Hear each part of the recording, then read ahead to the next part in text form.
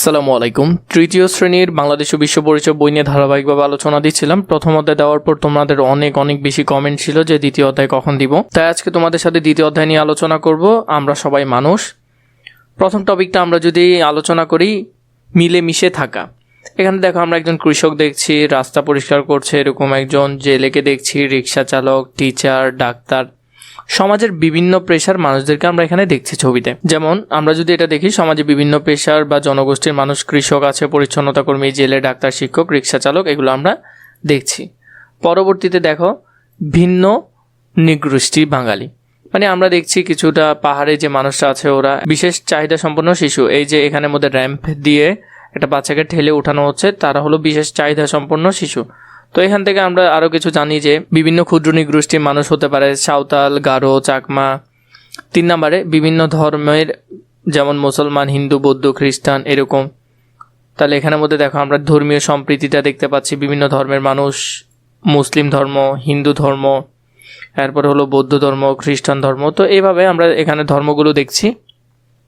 বিশেষ চাহিদা সম্পন্ন শিশু যেমন হুইল চেয়ার ব্যবহারকারী, শারীরিক প্রতিবন্ধী শিশু, এরকম শিশুদের কথা এখানে বলছে। তাও আমি তোমাদেরকে ব্যাখ্যা করে বলার চেষ্টা করছি, কারণ আগের ভিডিওগুলোতে অনেক বেশি তোমরা দেখেছো, অনেক বেশি আসলে। তার জন্য আমি চেষ্টা করছি আরও ভালো করে যাতে তোমাদেরকে পড়াগুলো গুছিয়ে দিতে পারি। 1 নম্বরে বলেছে ছবিগুলো পর্যবেক্ষণ করে সমাজের সদস্যদের বিভিন্নতা নিচের ঘরে লিখি। যেমন সমাজের বিভিন্ন জনগোষ্ঠী, বিভিন্ন পেশার মানুষ, এরপরে আছে বিভিন্ন নৃগোষ্ঠীর মানুষ, বিভিন্ন ধর্মের মানুষ, বিশেষ চাহিদা সম্পন্ন মানুষ। তো আমরা যদি চাই আমরা এগুলোর মধ্যে সুন্দর করে লিখে ফেলতে পারি সমাজের বিভিন্ন জনগোষ্ঠীর মানুষ। তো এই বিষয়টাই একটু আগে তোমাদেরকে আমি বললাম গুছিয়ে, যে এখানের মধ্যে বিভিন্ন পেশার মানুষ দিতে পারো, কৃষক, পরিচ্ছন্নতা কর্মী, জেলে, ডাক্তার, শিক্ষক, রিক্সা চালক। এভাবে বিভিন্ন ক্ষুদ্র নৃগোষ্ঠীর মানুষ দিতে পারো, সাঁওতাল, গারো, মারমা, চাকমা। বিভিন্ন ধর্মের মানুষ দিতে পারো, মুসলিম, হিন্দু, বৌদ্ধ, খ্রিস্টান। বিশেষ চাহিদা সম্পন্ন হুইল চেয়ার ব্যবহারকারী, শারীরিক প্রতিবন্ধী শিশু, এভাবে করে লিখতে পারো। এই প্রথমটার উত্তর হলো তোমাদের এটা। তো এটা আমি তোমাদেরকে একটু আগেই দেখালাম। এরপরে যেটা আছে, সমাজে অনেক পরিবার মিলেমিশে বাস করে। এই পরিবারগুলো বিভিন্ন ধর্ম ও গোত্রের।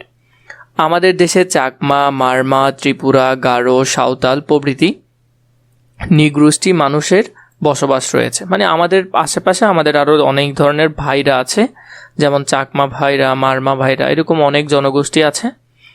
তারা দেশের বৈচিত্র্যকে আরও সমৃদ্ধ করেছে, মানে আমাদের দেশের কালচারটাকে আরও সুন্দর করেছে। সমাজে আছে নানান বয়সের মানুষ, নারী পুরুষ নানান পেশায় নিয়োজিত। আমরা যারা স্কুলে একসাথে পড়ি, আমরাও সকলে একই রকম নই, আবার সকলে একই ধরনের খেলা পছন্দ করি না। আমাদের সমাজে কিছু মানুষ রয়েছেন যারা চোখে দেখে না, কানে শোনে না, কেউ আবার কথাও বলতে পারে না। কেউ হয়তো বুদ্ধিগতভাবে পিছিয়ে রয়েছে, কেউ হয়তো শারীরিক সমস্যার কারণে চলাফেরা ও কাজকর্ম করতে পারে না। তাদের আমরা বিশেষ চাহিদা সম্পন্ন শিশু বলি। আমি তোমাদেরকে যে ভিডিওগুলো দিচ্ছিলাম তার মধ্যে অনেকগুলো কমেন্ট ছিল যে তোমাদেরকে আসলে আন্ডারলাইন করে দিতাম যে কোন বিষয়গুলো আসলে পরীক্ষা আসবে। যেমন এই যে অংশটা আছে, এটা থেকে কিন্তু তোমরা ব্যাখ্যা লিখতে পারবে যে বিশেষ চাহিদা সম্পন্ন শিশু কাদেরকে বলা হয়। আমরা একে অন্যকে সহায়তা করব, বিভিন্ন ধর্মীয় উৎসব ও অনুষ্ঠানে অংশগ্রহণ করব, সকল পেশার প্রতি সম্মান দেখাবো, বিশেষ চাহিদা সম্পন্ন সহপাঠী ও অন্যান্য বিভিন্ন কাজে সহায়তা করব, শারীরিক গড়ন বা অক্ষমতা নিয়ে কারো প্রতি কটূক্তি করব না। খতে বলেছে বাম পাশের বাক্যাংশের সাথে ডান পাশের বাক্যাংশ আমরা মিল করি। আমাদের সমাজে আমরা ধনী দরিদ্র একসাথে বসবাস করি। তাহলে উত্তর হবে এটা, একসাথে বসবাস করি।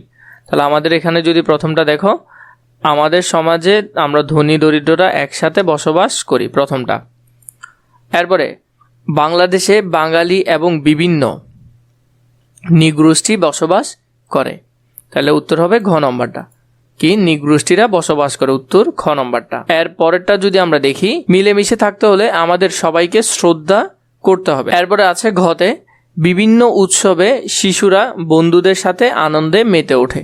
তো এভাবে করে তোমরা এই ঘরটা ফিল আপ করতে পারবে। ঘতে বলেছে বিষয়বস্তু পড়ি এবং সম্প্রীতি রক্ষার উপায়সমূহের তালিকা তৈরি করি।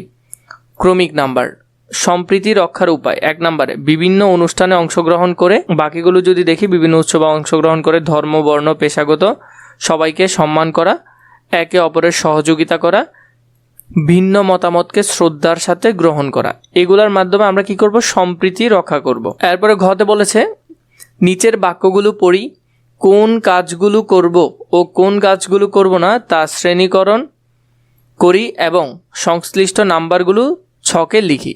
তো এখানের মধ্যে দেখো, আমি যে কাজ করব, আমি যে কাজ করব না, এই নাম্বারগুলো আমরা এখানে লিখব। প্রথম থেকে আমরা পড়ি, ইহান একজন বয়স্ক লোককে রাস্তা পার হতে সহায়তা করেছে। তাহলে এই কাজটা আমরা নিশ্চয় করব, 1 নম্বরে সেটা লিখলাম। পরে সহপাঠীকে হুইল চেয়ারে নিয়ে যেতে সহায়তা করেছে, তাহলে এটাও আমরা করব, তাহলে এখানে দিবে 2 নং, এটাও আমরা করব। আরিশা তার শিক্ষককে সালাম দিয়েছে, তাহলে এই কাজটাও আমরা করব, 3 নং। এরপরে বলেছে একজন সহপাঠী পড়ে গেছে, রনি পাশ দিয়ে হেঁটে চলে গেল, এই কাজটা আমরা করব না। 4 নাম্বার, এই কাজটা কখনো করা যাবে না, বন্ধুকে নিশ্চয় সবসময় কোনো সমস্যায় পড়লে তাকে সাহায্য করতে হবে। মেহেদি, রিদিশা, সুবল, কেয়া একসঙ্গে বন্ধু পুলক চাকমার জন্মদিন উদযাপন করেছে, তাহলে এই কাজগুলো করব আমরা, আমাদের বন্ধুদের প্রতি সহানুভূতিশীল হব। যে ধর্মেরই হোক না কেন, যেখানেরই হোক না কেন, বন্ধু তো বন্ধুই হবে। বন্ধুর সাথে সব সময় তাকে ওর চেহারা নিয়ে, শরীর নিয়ে আমরা কখনো কটূক্তি করব না। রহিমকে সহপাঠীরা তাদের সাথে খেলতে নেয় না, এই কাজটা কখনো করা যাবে না। বন্ধু যেমনই হোক তাকে নিয়েই ওর সাথে একসাথে খেলা করতে হবে, পারুক না পারুক তাও ওকে সাথে নিয়ে কি করতে হবে, খেলাধুলা করতে হবে। 7 নম্বরে, নাজিফা একজন ক্ষুধার্ত ব্যক্তিকে খাবার দিয়েছে, নিশ্চয় আমরা কাজগুলো করব, তাহলে এখানে লিখবে 7 নং। কেউ কেউ অনেক সময় সহপাঠীদেরকে ব্যঙ্গ করে, মানে আমরা অনেক সময় নাম নিয়ে বা বিভিন্ন কিছু নিয়ে টানাটানি করি না, বা বিভিন্ন কিছু নিয়ে ওকে মস্কারি করি, যে সেগুলা করতে নিষেধ করছে।